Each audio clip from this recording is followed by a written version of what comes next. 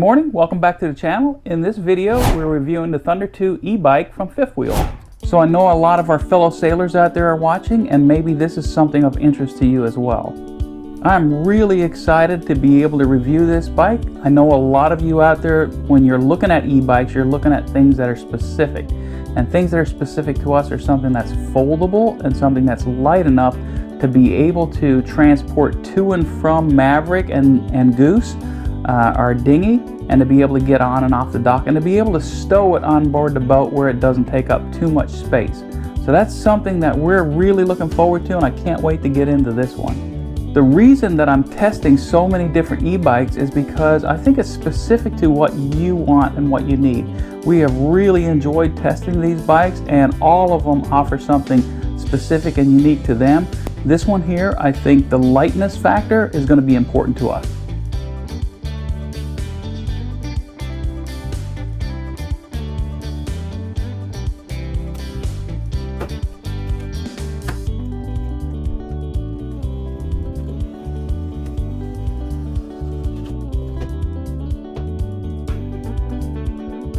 Oh, it's got tiny riding. 2 amp. I do like that the folding bike comes folded.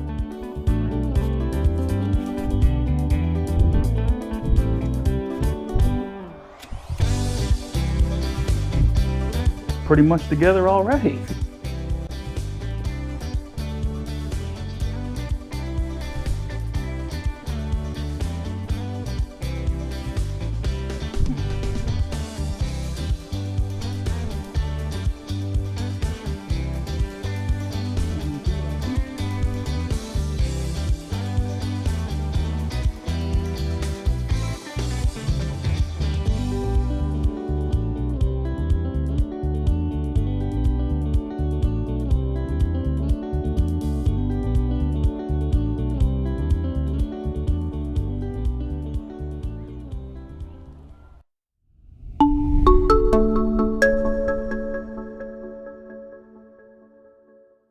Today we are here with the Thunder 2 from Fifth Wheel. So I'm going to go over some of the specs with this bike.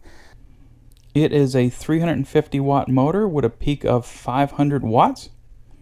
We also have 6 gears on here. We have a Shimano derailleur. We also have a guard around here. Metal fenders. We've got a shock which really works quite well, guys. When you're riding this, you're not bouncing around too much. It feels pretty comfortable. You also have a light in the front that you can turn on up here.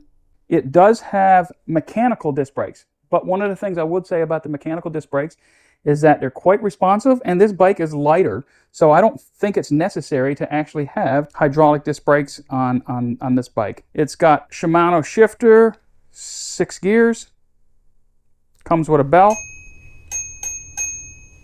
Here's the controller. You have 3 levels of pedal assist in the controller. If you double press like this, the light turns on. Double press, off. Double press the mode, goes to odometer, trip, and then you've got your max speed up here. It's got a backlight. You have to turn on the backlight manually. It's not going to come on with the battery, and you charge this by itself. So it's charged different than the battery. So there's a few things about this bike that is different than the other bikes that we've tested. It's lighter, it's smaller, does not have the big fat tires. It's got, I think they're about 2 inch. It's got a bell instead of a horn. The reason that I like to bring that up is because this bike retails for $699, and it's really light. All the things that I brought up that could be perceived as negatives, they're actually positives, at least for us. Being able to take this on board Maverick, it still keeps the bike light, still keeps the bike inexpensive. I think for us it's a positive. So one of the main draws to us for this bike is that it's about half the weight. So it's actually really, really light. No problem at all. And it folds really easily.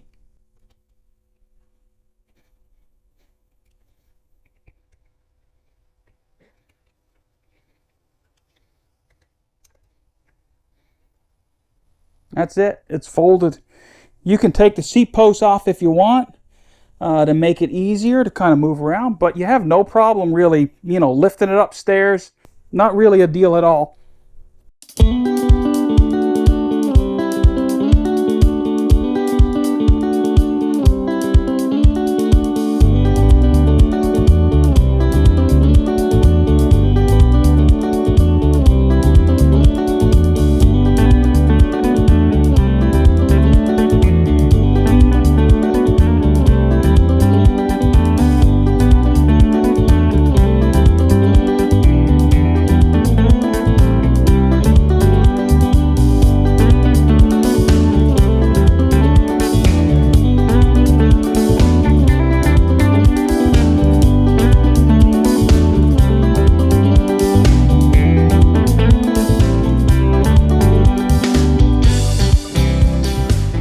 All right, so the first thing we're going to look at right here is test the speed in first gear. Pedal assist 1, just pedaling.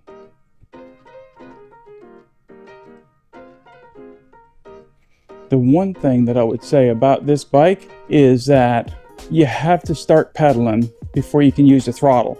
If you just push on the throttle, it doesn't take off. So you got to make about 1 revolution to be able to start pedaling. So here we are, pedal assist 1, and we're pedaling, and we're going about 14 miles per hour. 15 miles per hour. Now, the other thing, and I'm going to show you too, hopefully you can see right here, but we're going 15 miles per hour right now in pedal assist 1. If I use a throttle, it's going to go to 20, so it maxes out. All right, so that's pedal assist 1. Let's go up to pedal assist 2. So here we are in pedal assist 2. I'm not ghost pedaling, everything's good. I'm in my top gear. I'm in gear 6. And I'm doing about 17 miles per hour. I'm not ghost pedaling, everything's fine. This is going to give a good test of the microphone as well, because it's kind of windy today. All right, so let's go up to pedal assist 3.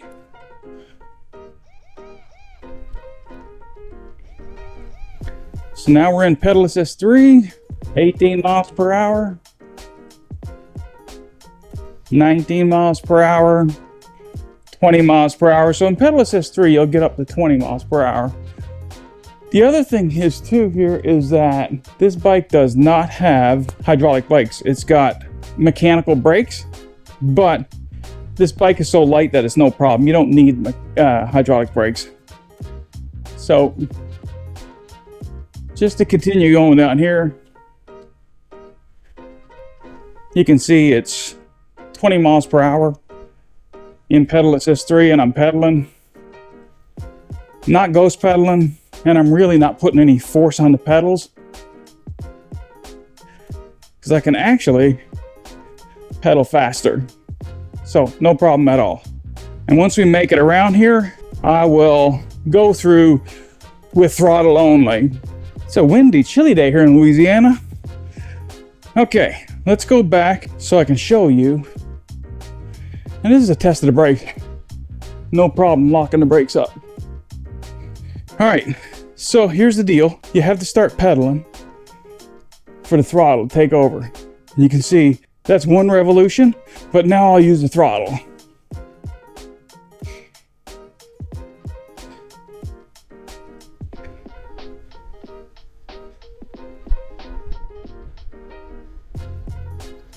So it's 19, 20. So I think the throttle is designed just to go maximum speed, no matter what pedal assist you're in. So we're at 20 miles per hour here now. If I change it to 2, you can see it's 20 miles per hour. So it's the same thing. 3, 20 miles per hour. So the throttle is going to go, I guess, give maximum power, whatever is in the hub motor, I guess, or the charge controller is set to. And it kind of feels like it cuts off. I think it has the ability to give you more speed, but it's limited to 20 miles per hour as a class 2. So you can see on here we've got 6 gears. We've got mechanical brakes.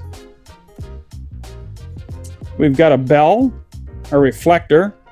We've got a light up front that we can turn on by hitting power twice, quick pressing. That's the light. You can see right there, the light is on. Light's back off. Now, the one thing, it does have a tail light, but it is alkaline batteries. So you have to manually turn it on. It doesn't charge up with the regular battery. And when they go out, then you just change them back out. And I'll show you how to do that. It's just one screw and then a little tab where you take the whole thing off. I don't see that necessarily as a fault of this bike, because one of the things about this bike is that it's really light and inexpensive. And I think that that's the reason why it might be a good option for us on the boat. But if you take a look right here, you'll see that that's the light right here, and is a switch that you turn it on. It's not a brake light, or it doesn't, light up with the brakes. It's just a light that's turned on and off here. And then inside of here, there's a little screw. So you take that screw out. Here's a little clip, pull that down, pop this whole assembly off, and you can change the batteries out. So that's kind of really it for the speed test. But I will say this. So initially I was like, okay, we're in 1. And I'm like, I kind of would like it to go a little bit slower in 1, because if you're, going down a sidewalk or something like that, 15 miles an hour, if there's people around, might be too much. But with this bike, it's so easy to pedal. I'm kind of used to fat tire bikes where it is kind of difficult to pedal without the motor on. But without the motor on here, I'm in top gear. So now we're down to a speed that's manageable if you're on a sidewalk and there's people around. Gears are very easy to shift through. As far as this battery goes, I haven't tested it out. I'm going to test that out distance and see what the longest distance is.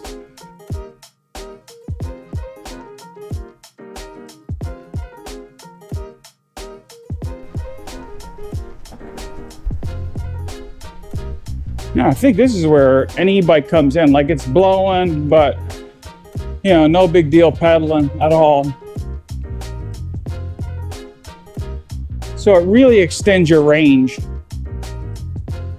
And then if you get tired, you just push on the throttle and everything's cool.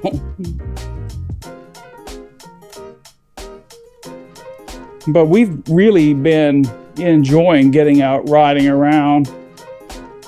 Because like you see, I'm pedaling right now, pedaling kind of fast right now, and it can give you as much or as little exercise as you want. So I typically like to pedal.